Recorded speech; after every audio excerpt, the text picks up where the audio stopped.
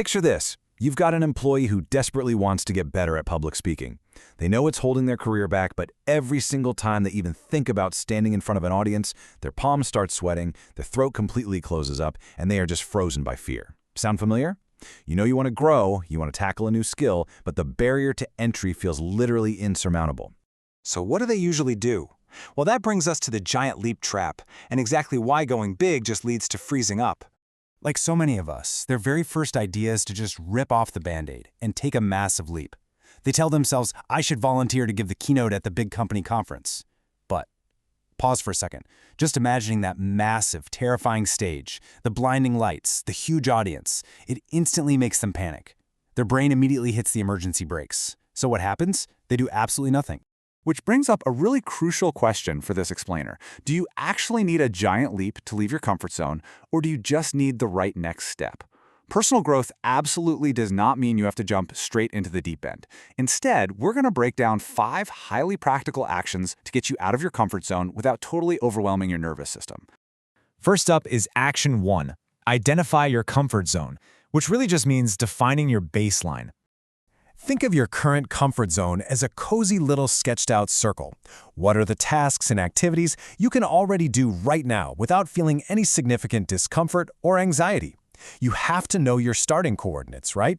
For our employee, maybe that's simply speaking up to their own small project team of 3 or 4 people. It's a safe space. That right there, that is your baseline. Once you have that, you move to Action 2. Choose a manageable step. You've got to find that sweet spot. You want to completely avoid steps that are so massive they become paralyzing. Just look at the difference here. On one hand, you have the paralyzing leap, that 30-minute keynote presentation at the company conference. Terrifying, right? On the other hand, you have the manageable step. You just give a simple 5-minute project update to your team. It pushes you just enough to stretch your abilities, but not so far that you snap your confidence. Moving right along to Action 3. Make it specific and soon. This is how we defeat the monster of procrastination. Human nature dictates that if a goal is vague and uncomfortable, we're going to push it off forever. If you just say, I want to speak more publicly, you're never going to do it. You have to replace that vague goal with something highly specific. Try this instead. I will ask on Monday to present for 5 minutes at our next department meeting. By locking down the exact time and place, you literally leave yourself no room to wiggle out of it. Now things are going to get a little sweaty, which leaves us to Action 4, accept uncomfortable feelings and normalize the anxiety. Look, stepping into new territory means you are voluntarily inviting in vulnerability, and you are going to feel nervous. There is no magic pill to cure that biological reality. But here's the secret. Nervousness does not automatically mean you should stop. We often feel a racing heart and think it's a giant red flag telling us we're in physical danger. Actually, scratch that. It's not danger at all. It's just an unpleasant feeling as your body adapts to something new. Anxiety is quite literally a normal reaction to growth. The key here is not to fight the feeling, but to just accept it. The goal isn't to be 100% fearless. Real courage is acting despite the discomfort. You just have to carry on and make that 5-minute presentation while your hands are shaking. You're simply learning how to be comfortable being uncomfortable. And that brings us to the final piece of the puzzle.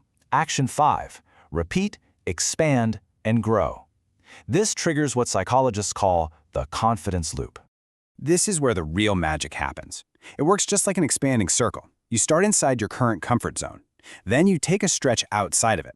You practice that stretch until, boom, you build confidence, and suddenly, what used to be a terrifying stretch is now just part of a brand new, much bigger comfort zone. Your baseline has officially shifted, and you're ready for the next stretch. If we map this out like stepping stones, look at how our employee progresses. They start by speaking in their team. Then they present for 5 minutes. Then they lead a meeting.